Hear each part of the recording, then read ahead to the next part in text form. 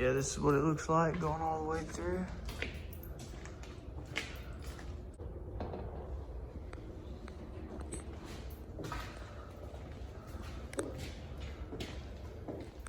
This is pretty easy.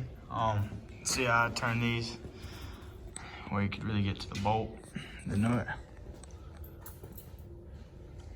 Ran those first, and then what I did was I took one of them right there. I stuck it up under here just to hold it. You can see where I held right here. But just to, you know, mock it up. It's pretty easy.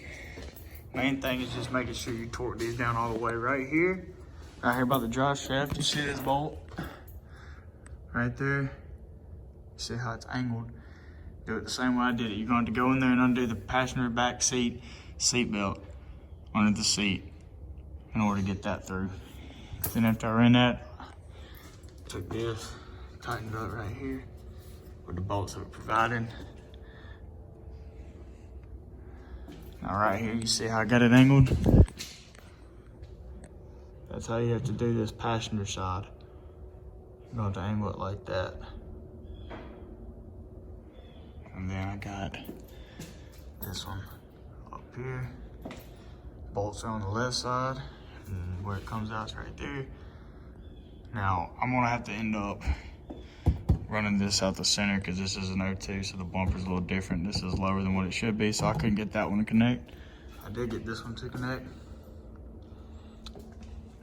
But, same thing on this driver's side.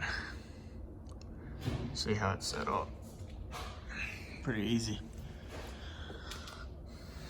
And I ended up being able to use the old hanger mount or whatever just to get it fit, but bolts on the right side, comes out on the left side. Pretty easy. Just make sure you torque it down, but those are some good looking tips right here. I want to run them through the center. Give it, I guess, like a Corvette look, but it was a very easy process. I'll show you a clip of what she sounds like.